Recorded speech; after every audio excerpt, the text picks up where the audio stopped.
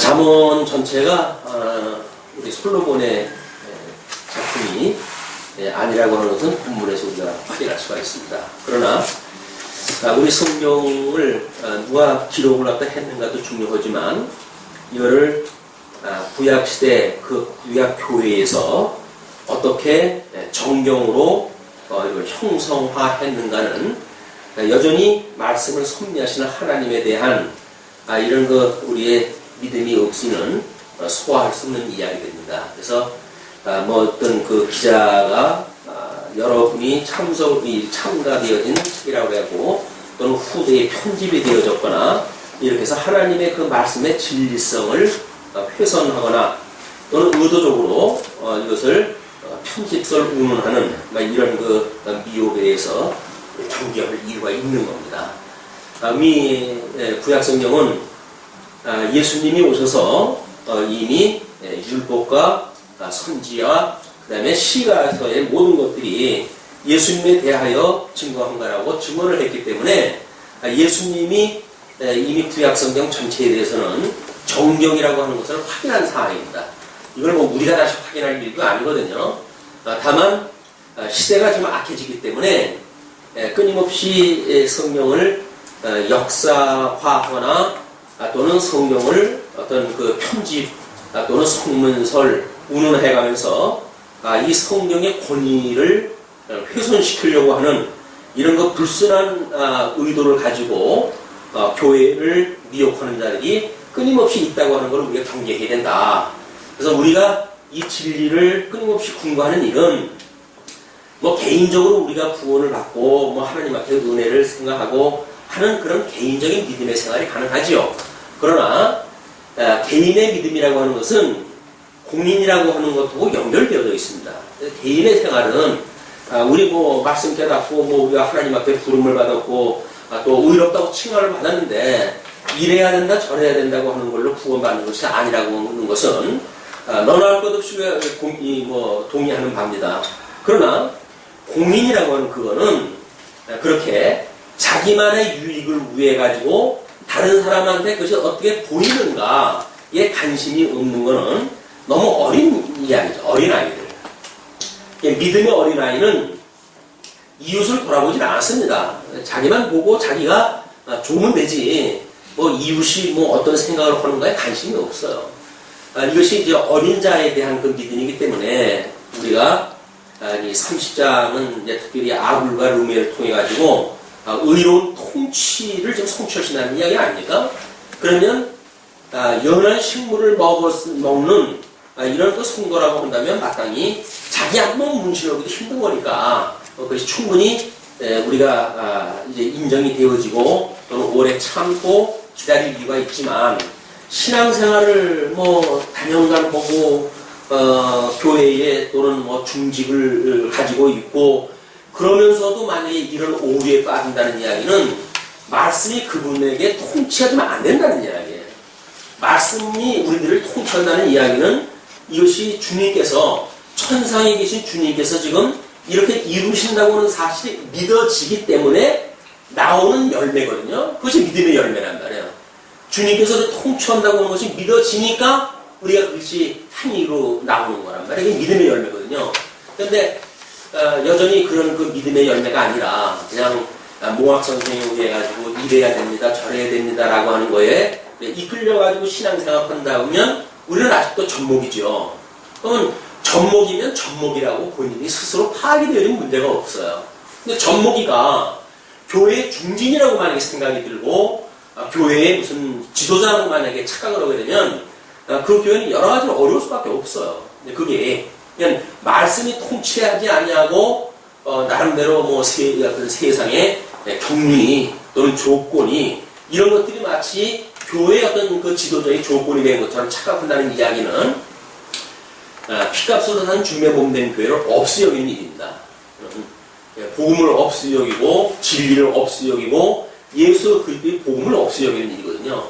만약에 그것이 정말 우리한테 믿어진다고 한다면 우리는 늘 옷깃을 여미고 우리가 주님의 몸된 교회를 섬길 일이지 마치 주님의 몸된 교회가 무슨 놀이터도 아니고 그냥 그렇게 진리를 깨달았는데 우리가 이렇게 매달릴 게 있느냐 라고 해가지고 모든 걸 할 수 있는 것처럼 생각도 하는데 모든 것들이 가합니다, 주 안에서. 그러나 모든 것들이 유익한 건 아닌 거예요. 가하다고 해서 유익한 게 아니거든요. 우리가 공익이라고 이렇게 이야기를 하는데 공익성을 갖다 내세우려고 한다면 적어도 어떤 공인으로서의 우리가 이제 하나님의 말씀을 어떻게 통치를 받는가에 대한 이런 데 우리 관심이 이제 기울어져야 되겠죠. 그래서 우리 여러 정치계에 있어도 이제 공당에 대한 이런 의문 나와가지고 어떻게 그런 사람이 있을 수 있느냐, 그래서 정당을 해체해야 된다, 이런 이야기도 나온 것이 공당으로서 과연 그 공짜가 들어가는 그런 의미거든요. 사당이고 자기 개인이 이끄는 조직이라고 한다면 아로가 됐든 그 됐든 해가겠죠. 그러나 공당이라고 한다면 누군가 견제가 마땅히 주어져야 되고 이것이 말씀으로서의 통치입니다. 이 절대 객관적인 진리에 의해서 통치를 우리가 받아야 되는 거지 주관적인 자기 경험에 의해 가지고 이러면 어때 저러면 어때 해가지고 그냥 목소리 큰 사람이 교회에서 이제 대상이 돼버리는 거예요. 그렇게 되면 이 말씀을 가지고 순수한 말씀으로 통치받고 살려고 하는 사람들한테는 엄청난 고통이 와요. 왜? 세상 논리를 가지고 두들겨 패니까 짐승권세의 공격이니까 어린 양 권세를 믿고 살아가는 사람들한테는 이게 엄청난 공격이에요. 이걸 우리가 어떻게 분별하는가는 끊임없이 말씀을 상고해야 될 이유가 있다. 성경을 구원받기 위해서 공부하는 것도 아니고 적어도 우리가 이 진리성을 확보한다는 이야기는 오고 오는 세력의 이 진리를 우리가 어떻게 전승하는가, 주님의 몸된 교회에서 어떻게 진리를 보수하고 진리를 전당하는 전당으로서의 그런 교회관을 갖고 있는가라고 하는 중차대한 문제거든요. 이건 개인의 구원에 대한 문제 또는 주일날 하루 우리가 나와가지고 그냥 예배 드리고 끝나는 문제, 이런 건 너무 협의적인 문제다. 좀 더 마음을 넓히고 폭넓은 의미로 우리가 이거 생각을 해야 되는데 이거를 하나님의 말씀 어떤 한 구절을 공부해가지고 전체를 이해할 수는 없잖아. 끊임없이 우리가 국예배에 참석하고 성경을 공부했다 하고 하는 일은 성경 66권이 말하고 있는 전체적인 어떤 감각을 익히는 데에는 엄청난 시간이 들어가요, 이게. 그리고 끊임없이 우리가 이 성도의 교제를 나눴을 때 왜곡되어진 어떤 우리들의 그런 진리체계의 인식이 바로잡히는 일들이 만들어지죠.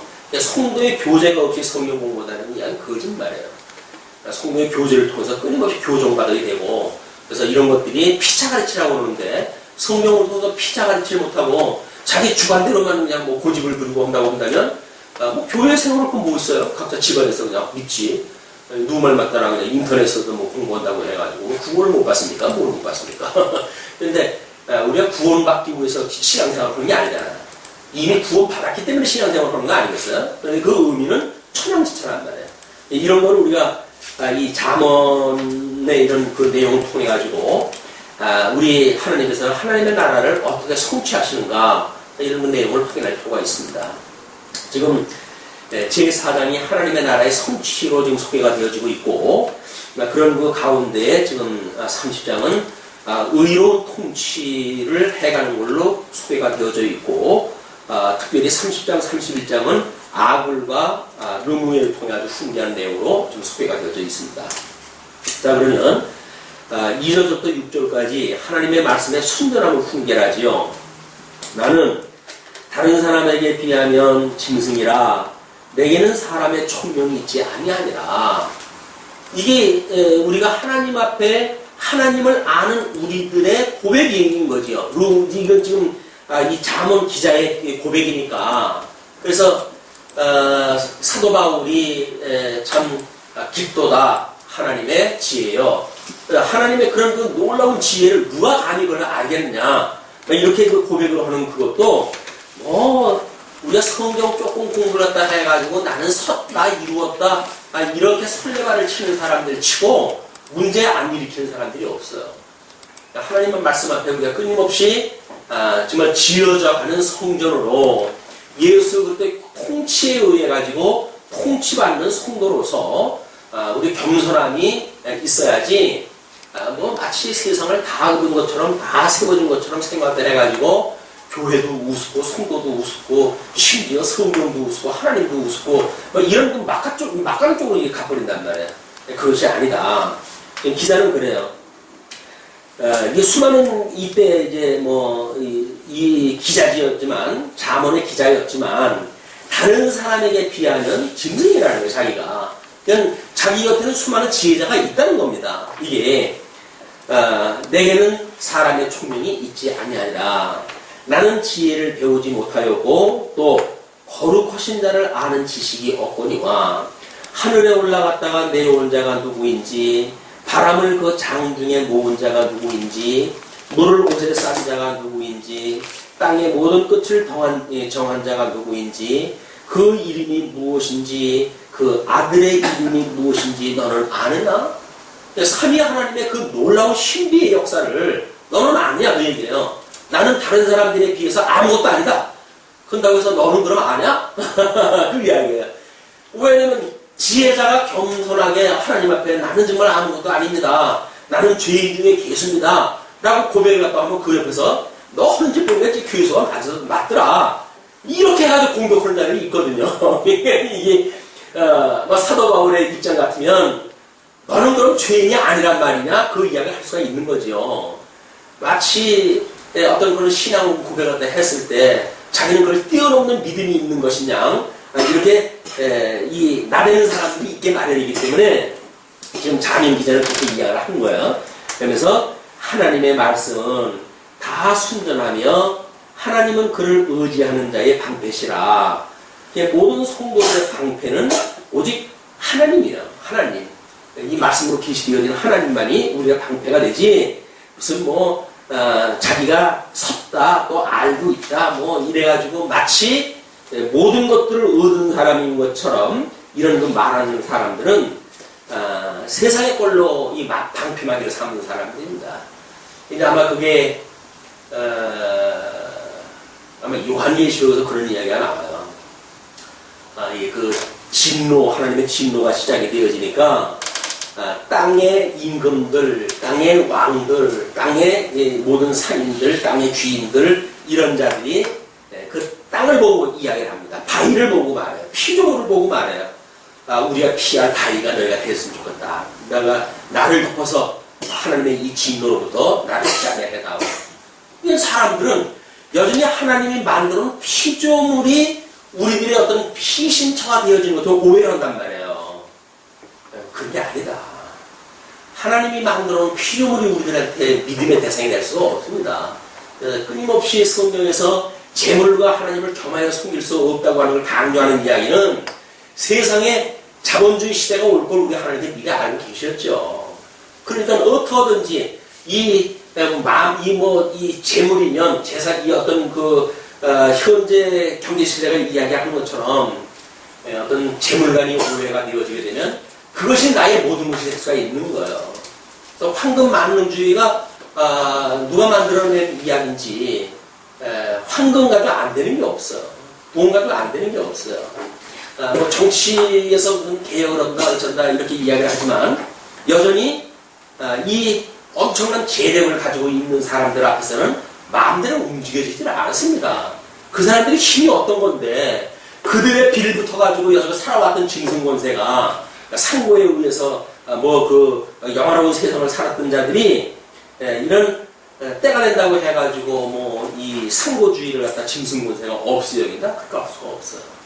하나님께서 짐승권세를 깨뜨려버릴 때 이제 그 상고들의 비극이 시작되어지는 거지, 상고주의를 짐승권세가 무너뜨릴 이유가 없습니다. 상고상조 해가기 때문에 그냥 정치 개혁을 한다고 하면서 어떤 상업주의와 무슨 이걸 개혁하겠다 이렇게 하는 이야기는 입에 받는 소리예요. 이걸 할 수가 없는 거예요. 구조적으로 될 수가 없어요.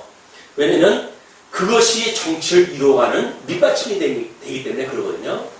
예, 정치를 하는 사람들마다 감옥 속에 가는 사람들이 왜 그렇습니까?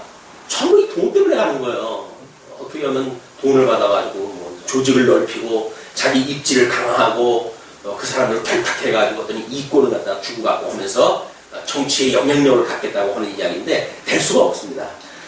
이것이 하나님의 순전하며 하나님 그를 의지하는 자의 방패가 되어진다고 하는, 이걸 끊임없이 우리가 가질 필요가 있어요.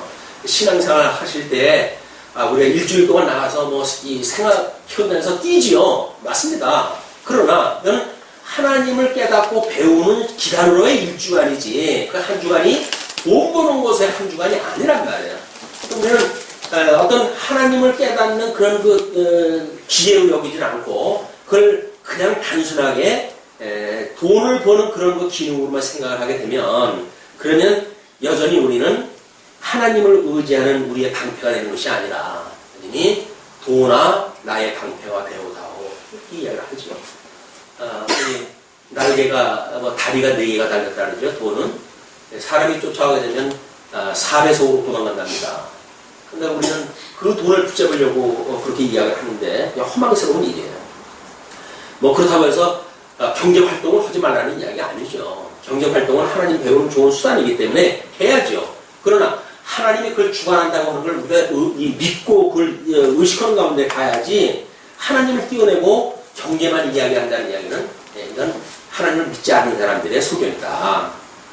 그래서 너는 그 말씀에 더하지 말라. 그가 너를 책망하시겠고 너는 거짓말하는 자가 될까 두려우니라. 그래서 하나님의 그 말씀이 순전하기 때문에 여기다 1.1에게라도 더 하나 강할 수 없는 거예요. 하나님 말씀에다가 자기네들이 풀지 못한다고 해서 사사기 성경을 푼다든가 이렇게 하는 일은 결국 순전하신 하나님의 그 말씀을 왜곡시키는 일이 돼버리고 나기 때문에 그렇습니다. 어떻게든지 인간들이 듣기 좋게 특히 그 말세지말에 만들어지는 현상이 사람들이 자기 귀에 듣기 좋은 소리를 듣고 싶어 하거든요. 그런 자들한테 어떤 그런 그 하나님의 진노에 대해서 이야기를 하고 뭐 세속주의에 대한 비판에 대해서 이야기를 하고 그러면 듣고 싶겠어요? 모처럼 주일날 뭐 교회 가는데 좋은 얘기는 안 하고 맨날 그런 얘기는 김새죠. 근데 김셀 수가 있으면 천만 다행이에요.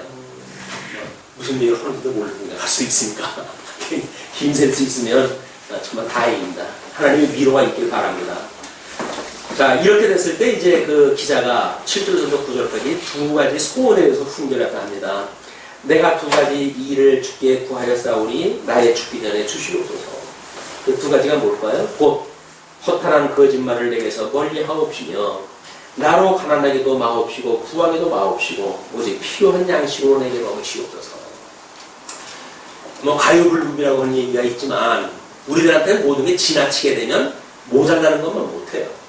성경을 아는 지식도 마찬가지예요. 그래서 일용할 양식으로 해야지 내 믿음의 분수에 찰 만큼 하나님께서 말씀을 주셔야 되는데 믿음은 적은데 뭐 아는 거는 성경 66권을 뭐 도사처럼 알고 있다.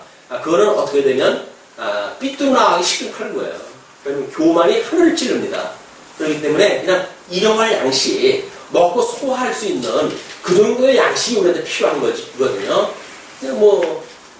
우리가 성경을 공부한다고 하게 되면 마치 그 하나님이 내가 하나님이 되어져 가지고 있는 것처럼 착각을 갖다 하고 하는 일이 있는데 물론 이때 당시에 필요한 양식은 육적인 양식이 포함되어 있지만 그때 그렇게 그 이유를 설명하지요. 혹 내가 배불러서 하나님을 모른다 여호와가 누구냐 할까 하오며 지금 배부른 사람들이 하는 이야기가 다 그겁니다. 아니 하나님이 무슨 하나님? 이 엄청난 어떤 황금 제국을 내가 지금 만들어가고 있는데 하나님 이렇게 생각한다 하지요. 이것이 배부른 사람들이 할 수 있는 오류거든요. 거기서 정말 힘이 없어가지고 억눌림을 당하는 사람들은 자기 힘으로 도저히 안 되니까 그냥 신의 힘으로 빌려야 돼요. 그것이 우리 기독교가 됐던 어떤 종교가 되어졌던 또 기복주의의 함정인 거예요. 기복주의의 함정이다. 내가 배불러서 하나님을 모른다 여호와 누구냐 할까 하며 혹 내가 가난하여 도적질하고 내 하나님의 이름을 욕되게 할까 두려워함이니이다. 그래서 하나님이 우리들한테 만약에 경제적인 여건을 어렵게 하신다고 한다면 그럼 어쩌시렵니까? 하나님께서 경제적인 여건을 안 주셔요. 안 주신다는 이야기는 안 주시는 그 여건 속에서 우리한테 훈련을 받으라는 이야기거든요. 근데 우리는 훈련을 받을 생각을 안 하고 어떻게든지 도적질 같은 하는 한이 있어도 사흘 근무하고 도적질 안 하는 사람 없다 그러는데 없어가지고 도적질하는 게 죄야?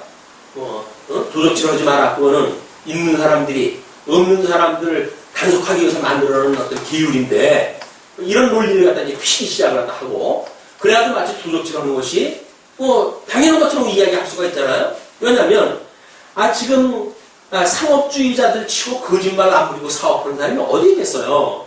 그렇게 되면 우리가 그걸 정당화하고 그다음 개인적인 우리들의 그런 그 일들도 정당할 수 있는 거 아니겠어요. 이게 이것들이 바로 하나님의 말씀을 왜곡시키는 일이다. 아마 이 동성애 문제로 해가지고 이번에 김강수, 조강수가 그런 사람이 결혼식을 했더라고요. 어떤 장로님이라고 하는 사람이 오물을 던져가지고 난사건이 벌어졌고 우리 교회 카페에 교회 카페가 아니라 메타 성경신이라고 하는 그 카페에 다른데 그걸 인용을 했어요. 그걸 나는 목사인데도 불구하고 그런 그 자들에 대해서 나는 판단하지 않는다. 이런 그 이야기를 써놨더라고요. 그랬더니 어떤 사람이 뒤에다가 댓글을 달았어요. 응? 목사라는 얘기를 하다 빼든지 이렇게 써놨더라고요. 그러니까 우리가 이런 어떤 현상적인 문제를, 이게 경제적인 문제를 지금 이야기하는 거에 겹친 이야기들입니다. 그러다 보면은 세상에 있을 수 있는 일, 어떤 사람은 그러죠. 만약에 우리가 동성애자들만큼 어떤 성적인 문제에 있어서 하나님 앞에 아주 정말 절규에 가까운 기도를 사는 사람들이 없습니다. 그렇지 않아요? 다 우리들 그냥 다 당연시 여기면서 살아가죠. 그러나 그 사람들은 현실의 문제고 자신의 문제이기 때문에 말도 못해 하나님 앞에 아마 엎드려 기도할 거예요. 그 사람 노래 부르는 것이 소개가 되어질 때 개사를 갖다 해야죠. 한 내용 중에 그게 있더라고요.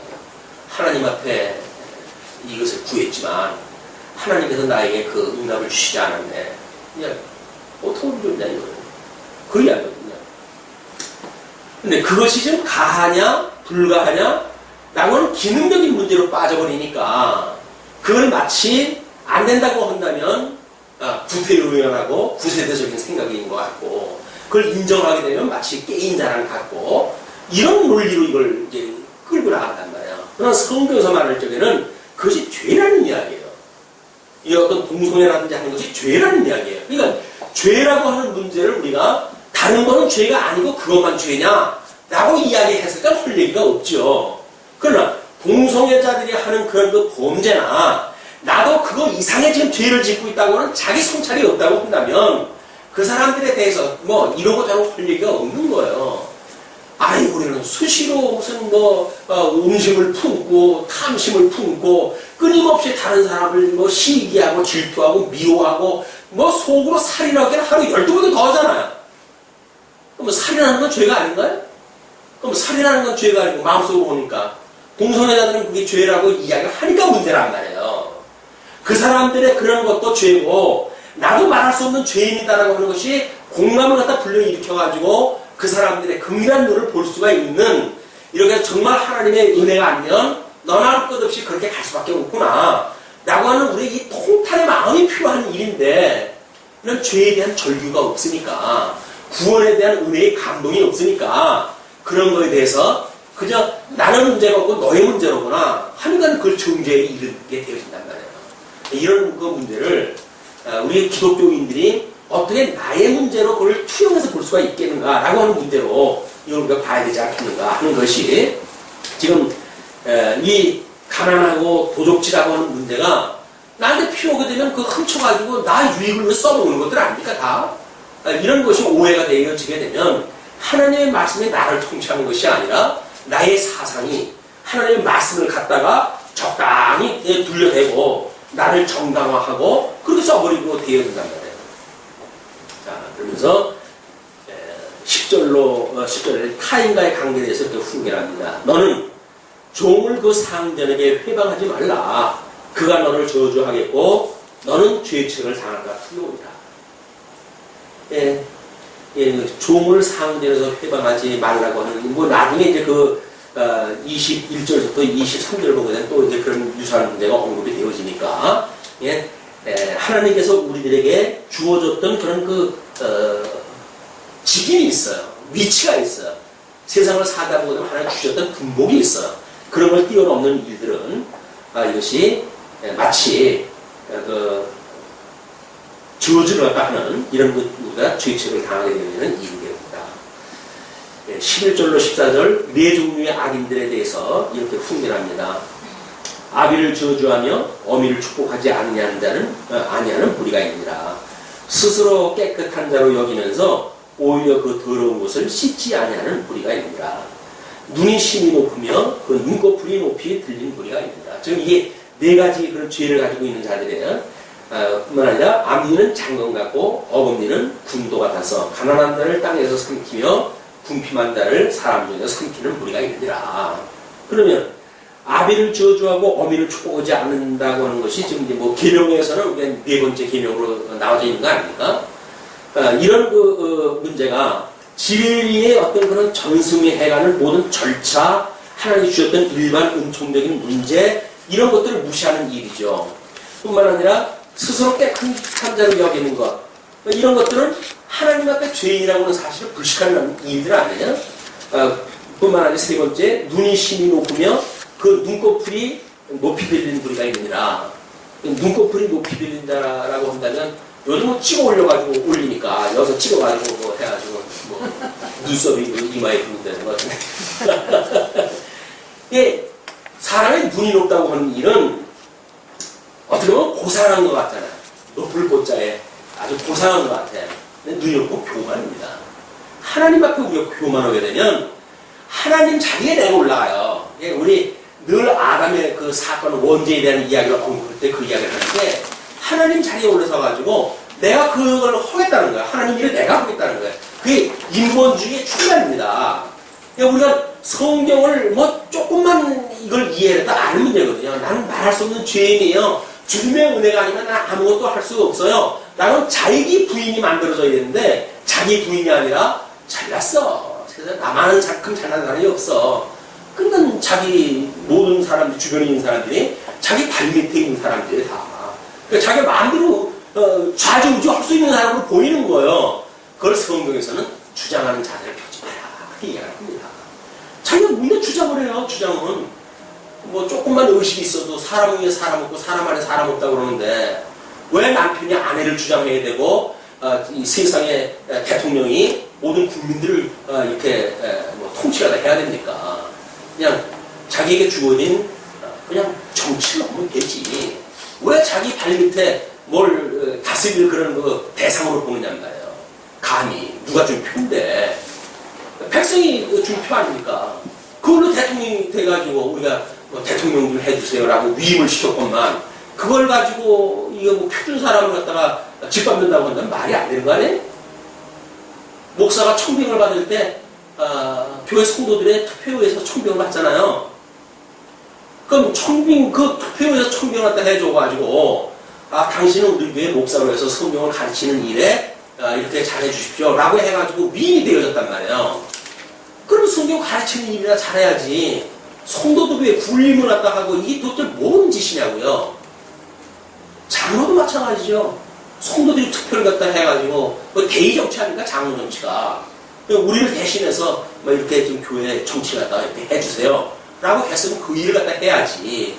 자기 표준 사람을 갖다가 짓밟고 뭐 자기 마음대로 가지고 마음에 안 들면 내쫓고 도대체 이게 뭐 하는 짓이에요. 복음을 안 하고 하는 사람들이. 이게 하나님의 말씀의 통치가 전혀 안 먹히는 거예요. 이게 산 사람이라고 한다면 우리가 예수 그리스도로 말하면 중생되어졌다고 한다면 말씀이 우리를 역사하겠죠. 말씀의 운동력이 뭐가 작동이 되어지겠죠. 작동이 안 된다는 이야기는 하나님의 말씀하고 우리가 뭐가 끊어졌다는 이야기예요. 그럼 무서운 일 아닙니까? 이게 저주인데. 저주를 받았는데도 불구하고 아무것도 몰라. 그리고 그냥 그렇게 사는 것이 폼나고 사는 건지를 알아. 그게 헛된 영혼을 우리가 부정하는 거예요. 이 세 무리가 다 그런 그 종류인데, 특별히 거기 암니는 장검 같고, 암니가 장검이니까 얼마나 많은 사람들을 씹어내겠어요. 그냥 성도들이 후욕하고 뭐 다른 사람을 판단하고 하는 일들이 암니가 장검 같네 이렇게 우리가 이야기를 또 한 번 이렇게 만들어놔요. 속담을 하나 만들어가지고 성도가 다른 성도를 갖다 막 씹고 그러면은 암니가 장검 같네 라고 한마디라도 해야 돼요. 그래야 그 입을 막아놔야지. 성도들끼리 어떻게 그 성도가 예수 그때 피값으로 산 성도인데 자기 죄는 하늘같이 높은데 그래 그 사람의 애를 갖다가 뭐 이러니 저러니 해가지고 입방 올려가지고 겨우 그 사람 씹어가지고 뭘 하겠다고. 이왕이면 저 높은 사람을 씹든지 겨우 그 교회 안에서 선언이라고 하겠다고 힘없는 사람을 모여가지고 구성으로 하고 있는데 일해도 되겠어요? 하나님의 말씀이 뭐냐면 이 앞니가 장관 같다는 그런 것이 우리들의 이야기로 이게 봐줘야 되는데 아유 맞아 그게 딱 맞는 예를 들었을까? 그래가지고 남의 이야기로 들어버리니까 나하고는 아무 상관이 없는 얘기가 돼버리는 거예요 이게. 앞니는 장관 같고 어금니는 분명히 칼 같대요. 자근자근 씹어가지고. 그 자근자근 씹는 것이 씹을 거 있을 적에는 다른 사람을 씹잖아요. 근데 그 일이 끝나면 어떻게 될까요? 그것이 바깥 어두움에서 이를 가님이 있으리라. 이를 간다는 건 뭐예요? 앞에 씹을 것도 없어. 그런데도 비밀을 갖다 가는 거야, 이게. 그게 이를 가는 거예요. 이를 가는 게 뭐, 입에다 넣고 있는 걸 가는 걸 갖다 이를 간다 그래요? 아무것도 없는 일을 가는 것이 이간인 거예요. 그러니 너무 이거 비참한 이야기 아닙니까? 성도들한테는 이게 아주 치명적인 이야기죠. 자, 15절로부터 16절 만족이 없는 네 가지에 대해서 이렇게 훈계합니다. 거머리에게는 두 딸이 있어 다고다고 하느니라. 족한 줄을 알지 못하여 족하다 하지 아니하는 것 선언이 있나니. 여기서 거머리라고 하는 것이 대명사로 나오고 그리고 선옷이 있다라고 하는 나머지가 소개되어지는 걸 보아가지고는 그 거머리라고 하는 것이 그냥 일반 거머리라고 하는 의미로 보기에는 조금 무리가 있겠죠. 그래 놓고 봤을 때 이 거머리는 이 아래 거를 이 수식을 갖다가 했던 어떤 대명사일 거예요. 경험이 만약에 이것을 그냥 본래의 그 거머리를 우리가 이해한다고 했을 때 두 딸이라고 하는 그것은 그 거머리의 흡혈관, 두 개의 흡혈관으로 보는 것이 옳지 않겠는가 라고 하는 사람들이 대체적으로 그런 그 예화를 이야기를 합니다. 물론 어떤 사람들은 뭐 그때 속담에 이런 사람이 있었던 등 기자가 봤을 적에는 그런 그 다른 사람들이 다 알만한 이런 그 사람이 있었다든지 뭐 이런 예화를 많이 드는데 막 그것이 적합한 이야기가 아닌가 싶어요. 무조건 오고 흡혈관 두 개를 가지고 있는 거머리에 대한 그 예를 통해 가지고 그 선옷에 대해서 이렇게 예를 듭니다. 곧 음부와 아이되지 못하는 태와 물로 채울 수 없는 땅과 족하다 하지 아니하는 불이니라. 음부 다 쓸어넣어도 남아요. 지옥이 만원이라는 이야기는 거짓말이에요. 지옥에는 만원이었습니다. 다 쓸어넣어도 남아요. 뿐만 아니라 그 아이되지 못하는 태. 우리가 일반 동물들은 교접이라고 하는 그거를 생계를 하기 위한 교접이거든요. 근데 이 인간만큼은 어떤 그 생육하고 번성하는 수단의 그 교접이 아니라 자기 쾌락을 위한 교접이에요. 이게. 그러니까 하나님의 어떤 그런 원리를 깨닫지 못하게 되면 현금 어떤 그런 성문화에 우리는 그냥 끌려갈 수밖에 없어요. 그래가지고 그것이 뭐 성이 어떤 지금 현재 사회의 트렌드로 돼버렸으니까 모든 사람이 거기에 그냥 얽매이고 살잖아요. 그걸 위해서는 뭐 틈새 공략을 갖다 해오는 장사치들이 말도 못해요. 이렇게 하면 뭐 정로도 좋고 이렇게 하면 뭐 어쩌고저쩌고 해가지고 이 성문화를 충족시키기 위한 세속의 문화가 말도 못해 시장이. 그냥 이 시장이 왜 만들어진 겁니까? 이렇게 쏟고 사는 거예요. 그 원리가 뭔지를 모르게 되면 그냥 피땀 흘려가지고 돈 벌어가지고 뭐해요? 거짓말쟁이들한테 쏘아가지고 거기에 돈 풀고 살아가는 거예요. 그러기 위해서 돈을 버는 거예요. 그러니까 안 해도 될 걸 해가지고 열심히 거짓말해서 돈 벌고 그래가지고 그걸로 해가지고 또 죄를 짓고 벌면서 죄 짓고 쓰면서 죄 짓고 죄 속에 젖어 사는 거예요 우리가. 은혜를 깨닫게 되어져야 의미가 무엇인지를 아는데 그러니까 이성 없는 짐승만도 못한 거예요. 그걸 뭐 어떤 작가는 지금 2000년대의 대한민국은 발전난 시대라고 이렇게 표현을 했더라고요. 어제 고아 학교 대행인들 학교의 교사들이 만행을 저지르는 것이 영화되어지고 그러지 않았어요. 그 인간들이 인간입니까? 그 귀머거리 아이들인데 듣지 못하는 아이들. 그 소설 처음에 보게 되면 무안이에요, 무안. 무안에 깊은 안개가 낀 거로부터 해가지고 그 도시가 석배가 되었잖아요. 마치 그거 같아요. 안개가 껴가지고 한치 앞도 모르는 거야, 우리가. 그냥 그 말초신경만 우리가 만족으로 보게 되면 세상을 내가 오늘 살았구나 이렇게 생각이 들어지는 마치 짐승 같은 이런 삶을 살고 있는 것이 인생들의 지금. 이런 것이 얼마나 무서운 시대에 우리가 살고 있는지를 봐야 되는데 그걸 분별할 수가 있어야지. 뭐 세상에 워낙 그냥 전방위로 해가지고 우리를 수행을 시켜오니까 그거 못하면 안 돼요. 그렇게 해야 돼요. 그게 인생의 답니다. 뭐 이렇게 이야기를 해오니까 그런가? 라고 하니까 그렇지 않은 뭔가 소외되고 그걸 위해서 살아야 된다고 생각이 들고 이렇게 오염이 되어지고 있다. 이게 참 그런 얘기예요. 그리고 채울 수 없는 땅 마찬가지죠. 채울 수 없는 땅. 이 땅에 있는 모든 것들이 마찬가지로 채울 수가 없는 땅 같다. 하지 않은 그 땅과 또 족하다 하지 아니하는 불이니라. 이 불 같은 것도 나는 소세기가 이 산의 나무가 다 타야 이 불이 꺼지는 일이기 때문에 끝이 없어요. 불은 한 번 뭐 탈거리만 있다고 한다면 끝이 없어요. 그냥. 이 불이 만약에 우리 성도들의 진로나 이런 걸로 소개가 되었다고 한다면 성도의 진로는 어떻게 되어질까요? 끝이 없는 거예요. 이게. 근데 그 인간이 죽어야 끝이 날까? 죽기 전에는 죽기 전까지 내가 씹을 거야. 허나 잘 되나 봐라 내가. 너 죽고 네 아들 때까지 내가 볼 거야. 뭐 이렇게 하면서 조종해서 사는 성도들이 얼마나 많은데 지금. 자, 17절 불효자가 받을 벌에 대해서 이렇게 훈계합니다. 아비를 조롱하며 어미 순종하기를 싫어하는 자의 눈은 골짜기의 까마귀에게 쫄리고 독수리 새끼에게 먹힙니다. 이게 아마 지금 상태인 것 같아요. 돈 안 준다고 해가지고 아버지 죽이고 이런 지금 만신창이 시대에 우리가 살고 있거든요. 정말 깨어있지 않으면 현세가 얼마나 무서운지 우리 감지를 못해요. 왜?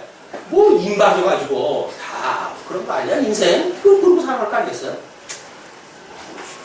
18절부터 20절 네 가지 불가 사이에 대해서 이렇게 공개합니다. 내가 심히 기이 여기고도 깨닫지 못하는 것 선언이 있나니 곧 공중에 날아다니는 독수리의 자치와 반석이로 기어다니는 뱀의 자치와 바다로 지나다니는 배의 자치와 남자와 여자가 함께한 자치며 음녀의 자치도 그러하니라. 그가 먹고 그 입을 씻음같이 말하기를 내가 악을 행치 아니하였다 하느니라. 하나님 앞에 하나님이 우리들의 그 눈동자가 하나님 그 불과 같은 눈동자로 해가지고 우리 내면세계를 그렇게 들여다보고 있는데도 불구하고 그 하나님이 감지하지 못하게 되면 나 안 했어? 언제 봤어? 증거 있어? 뭐 이렇게 이야기를 하거든요. 그 증거 있나요? 그런데 하나님이 내려졌다고 한다. 하나님이 내려졌다. 제가 그 중동에 있을 때 뭐 어떤 흑인인데 이 트럭 운전수예요. 근데 그게 고장이 나가지고 뭐 쩔쩔매고 있길래 제가 이제 도움을 줬었는데 사무실에 있는 기계도 빌려주고 그걸 고칠 수 있게 해가지고 했더니 지단은 고맙다고 들어왔는데 나한테 하지 못할 짓에 대한 서비스를 지가 하겠다는 거예요. 그래가지고 너 알라 믿냐? 너 알라 믿냐? 말은 통하지 않지만 알라는 얘기는 알까 했어요. 너 알라 믿냐? 내가 그랬어요. 하나님 앞에서 살아가고 지 알라 앞에서 살아가는데 아니 하루에 5번 저러면 뭐래요? 그러고 살아가는 인간이 그 뭐 흑인들 그 중동에 있는 흑인들의 그 문화가 그렇고 그들을 이용하는 또 뭐 이쪽에서 간 사람들이 또 그 문화 속에 한 통속이니까 이렇게 하면은 서비스다 생각이 드니까 네가 뭐 너한테 충분히 내가 이렇게 서비스를 다 해주겠다 그런 그 의미 아니겠어요? 나 개 같은 나 쫓아내는 그 일이 있는데, 문화라고 하는 것은 그 제가 있던 사무실은 아무도 없어요, 저밖에. 그리고 그님이 왔으니까 지옥은 나밖에 없잖아요. 그 집단에는 뭐 돌아보다 아무것도 없으니까 세상 사람들 다 하는 뭐 쟤인데 어떠냐, 쟤는 그랬을 거 아니겠어요? 그래가지고 이제 알다가 하늘에서 보고 있을 테니 무슨 소리냐고 가라고. 그래가지고 이제 쫓아낸 일이 있는데, 하나님 앞에서 우리가 살아간다고 생각이 안 들게 되면 정말 우리 살 재미 없습니다. 사람들이 누가 나를 봐줘요, 누가 나를. 그냥 하나님 앞에서 살아간다고 생각이 드니까 오직 하나님만이 나의 방패가 되시고 나의 위로가 되시고, 다른 사람들이 나를 어떻게 할지라도 우리 하나님이 나를 은혜의 장로 아래 붙들어 주시고, 그러니까 그분 앞에서 우리가 살아가는 것이 기쁨이고 즐거움이고 나겠지. 그분이 없다고 한다면 이 더러운 세상에서 뭐가 살만한 세상이겠어요. 짐승이 아니고서야. 그냥 하나님 앞에 살아가는 그런 그 은혜가 너무 놀라운 겁니다. 이게 정말 하나님 앞에 살아가니까 이게 살아갈 만한 세상이지, 하나님이 아니라고 한다면 정말 혈압 깨고 죽을 만한 세상이지. 이게 어떻게 눈 뜨고 살만한 세상이겠어요. 신문, 라디오, 뭐 인터넷 나오는 뉴스 보십시오. 차마 눈 뜨고 볼 수 없는 그 뉴스거리들이 다. 근데 뭐라 그래요, 여기서? 그가 먹고 뭘 씻어요?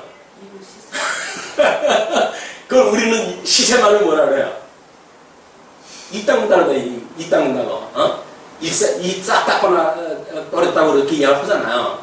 그 먹었는지 안 먹었는지 뭐가 있어. 그냥 쓱 이 훔쳐가지고 안 먹어 쳐는데, 그래서 넌 먹었어. 뭐 이거 아주 10일 걸리겠어요? 모르겠어요. 하나님한테 맡길 수밖에 없지. 자, 우리가 얼마나 하나님 앞에 통치를 받아야 되는지, 사망 권세로부터 우리의 자유를 입은 성도의 기쁨이 무엇인지라고 하는 실체, 말씀의 통치를 받는 우리들의 그런 그 기쁨, 하나님의 나라의 지역을 이은 우리들의 어떤 행복, 이런 것들을 보이는 반면교사들의 내용입니다. 21절, 23절, 용납할 수 없는 네 가지에 대해서 이렇게 이야기를 합니다. 세상을 진동시키며 세상으로 견딜 수 없게 하는 것 선한 것이 있나니 곧 종이 임금된 것, 미련한 자가 배부른 것, 꺼리낌을 받는 계집이 시집간 것, 계집종이 주모를 이은 것. 다 마음에 와 닿으시죠? 설명이 필요 없어요. 그냥 하나님 앞에서 뭐 다윗도 목동 출신이 아니었습니까? 그러니까 목동으로 있었을 적에는 하나님의 은혜로 목동 일을 했었고, 하나님께서 왕을 세웠을 때는 하나님 앞에서 왕직을 갖다 감당을 하게 되면 하나님 앞에서 하니까 이것도 저것도 다 은혜인 거예요. 그러나 하나님이 배제되어 있는 상태 속에서 참 종이 임금이 됐다고 생각해 보십시오. 우리 뭐 이조사에 그런 거 있잖아요. 종으로 살다가 뭐 어디서 팔려갔다가 돌아와가지고 임금 되어지고 자기 부모의 원수가 됐다고 해가지고 가진 그 분탕질 갖다 하는 그 역사들을 알지 않습니까? 인간이 다 그래요. 그러니까 우리가 어떤 그런 그 문제들이 현재 우리들의 어떤 신앙적 감각으로 이걸 볼 수 있는가라고 하는 것 중요하다.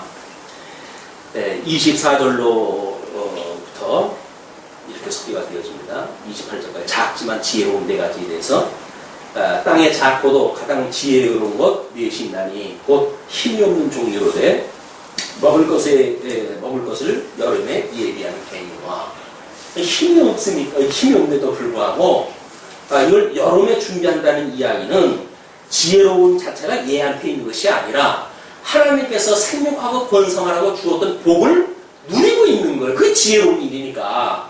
우리도 마찬가지죠. 생육하고 번성하는 그것이 이 진리의 말씀으로 이것이 끊임없이 계승되어진다고 한다면 거기서 기쁨을 얻는다고 하면 우리가 지혜로운 자들이에요. 그러나 그거 상관없이 이 세상에서 먹고 사는 거에 우리가 집착한다고 한다면 이런 그 미문과도 못하다는 이야기를 들을 수밖에 없죠. 힘이 없는 종류를 먹을 것을 여름에 예비하는 개미와 약한 종류에 집을 바위 사이에 짓는 사방과 또 임금이 없으되 다 때를 지어 나아가는 메뚜기와 손에 잡힐만 하여도 왕궁에 있는 동화뱀이라. 아주 미물들이에요. 그럼에도 불구하고 왕궁에 거하기도 하고 또 반석위에서 집을 짓기도 하고 또 먹거리를 준비하기도 하기도 해요. 우리가 일용할 양식을 구하고 또는 우리 예수 그리스도의 반석 위에 집을 짓고 또는 뭐 우리 예수 그리스도 이분을 지금은 천상에 계시기 때문에 우리가 없는 것 같잖아요. 그러나 성도들이 주신 은사를 따라서 유기적으로 이런 그 일을 감당하는 거야말로 하나님 나라의 정치예요. 이게 하나님 나라의 정치. 하나님이 없다고 한다면 이 맺기만도 못한 거야. 자, 29절로 31절 위풍이는 네 가지에도 풍기합니다. 잘 걸으며 위풍이 있게 다니는 것 선호신나니 곧 짐승 중에 가장 강하여 아무 짐승 앞에서도 물러가지 아니하는 사자와 사냥개와 수염소와 및 당할 수 없는 왕이라. 이것이 강하기 때문에 그렇게 되어진 걸로 하는데 이것도 마찬가지다. 먹이 사슬로 되어져 있는 일이기 때문에 하나님께서 그런 위치에 두셨기 때문에 가능한 일들인 거야. 그거를 마치 자기 어떤 개인적인 능력으로 그래 될 수 있다고 보여지게 되면 우리는 이기타고 사는 거죠. 당할 수 없는 왕의 그런 그 입장이 하나님께서 모든 걸 다스릴 수 있는 권세를 줬기 때문에 가능한 일인데 스스로 만들어졌다고 생각을 하게 되면 우리들 현재 우리들 어떤 말씀의 통치가 아니라 내가 가지고 있는 어떤 힘의 논리모가 되어진다는 거 아닙니까? 그게 얼마나 미련한 생각이에요. 내 힘이면 안 되는 거 없어. 그럴까요? 하나님이 없다고 한다면 무슨 짓을 못하겠어요. 32절로 33절 범사에 신중히 행하라고 훈계합니다. 만일 내가 미련하여 스스로 높은 채 하였거나 혹 악한 일을 도모하였거든 내 손으로 입을 막아라. 미련해가지고 스스로 높은 채 하였거나 혹은 악한 일을 도모하였거든 내 손으로 입을 막아라.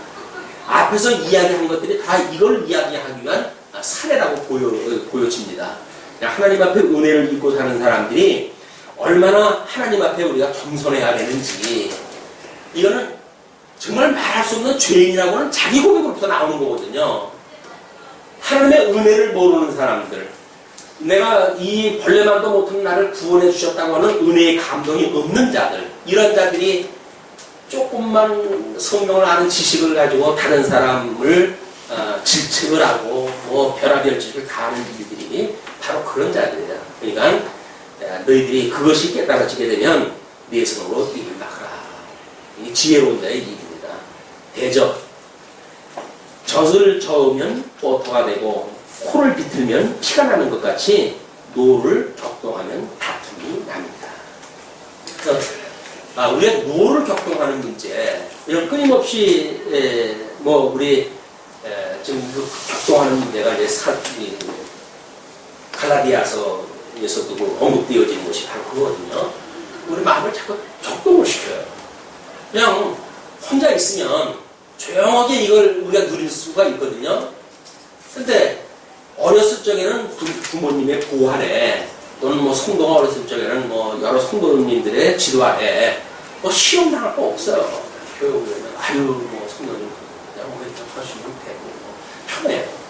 조금 좀 일을 내가 됐다 이렇게 생각이 들게 되면 이거 잘해도 시비 못해도 시비 너무 시비 대상이 되니까 성도들이 신앙생활 때 해갈 때 편한 마음으로 신앙생활을 해갈 수가 없어요. 정말 우리가 신앙생활을 펴할 수 있는 것은 주님이 모든 걸 통치한다, 말씀이 통치한다 라고 믿어졌을 때 있는 자나 없는 자나 이것이 하나가 되어져서 주님의 몸된 교회생활을 할 수가 있는 거예요. 서신서에서 경제활동을 하는 거 보게 되면 저도 그거 아니에요.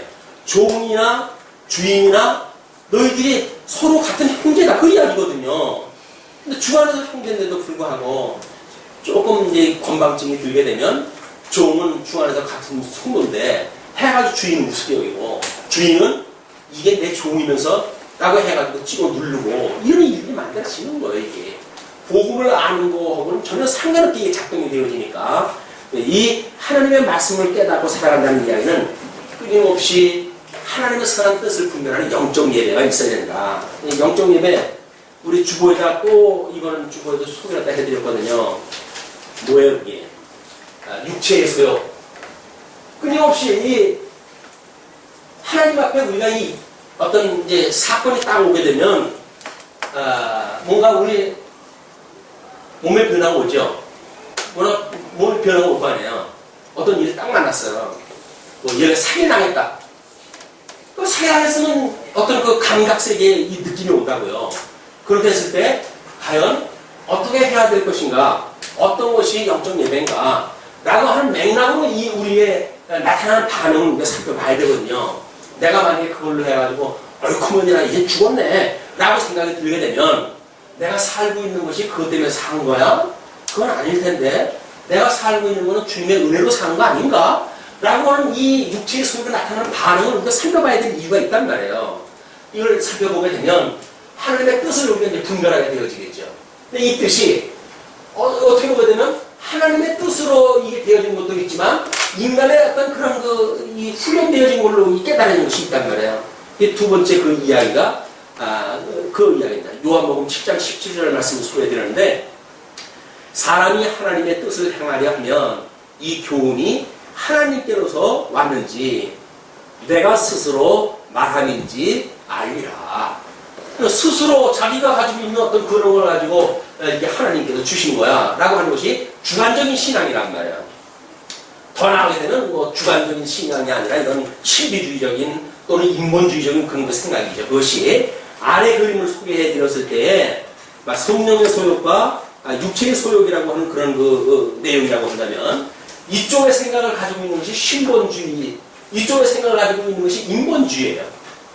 마치 신앙생활을 하는 것 같죠. 그러나 이분의 그 기본적인 생각은 전부 인본주의적인 파편이라고 한다면 이건 하나님과 아무 상관이 없는 거예요.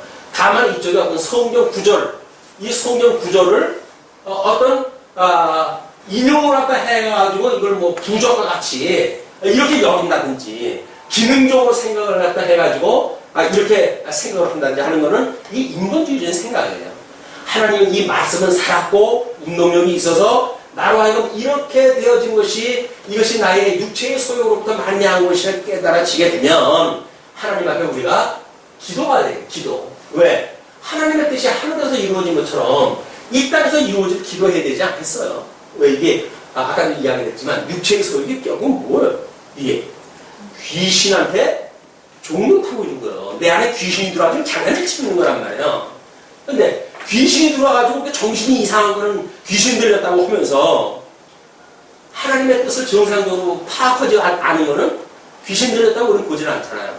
점잖게 육체의 소욕이다 이렇게 이야기하니까 그걸 또 사망 권세에 의해서 그렇게 작동되어진 거다 이렇게 이야기를 하니까 근데 결국은 뭐예요 이게? 귀신의 분탕길에 우리가 지금 포로가 되어져 있는 거예요. 이 귀신 내쫓는 방법은 하나님 앞에 기도할 수밖에 없어요. 기도를 해야 귀신이 나가지. 그래야 하나님의 나라가 이 땅에서 이루어지지. 하나님의 뜻이 이 땅에서 이루어지지. 인간적인 방법으로 해가지고 이어다 한다?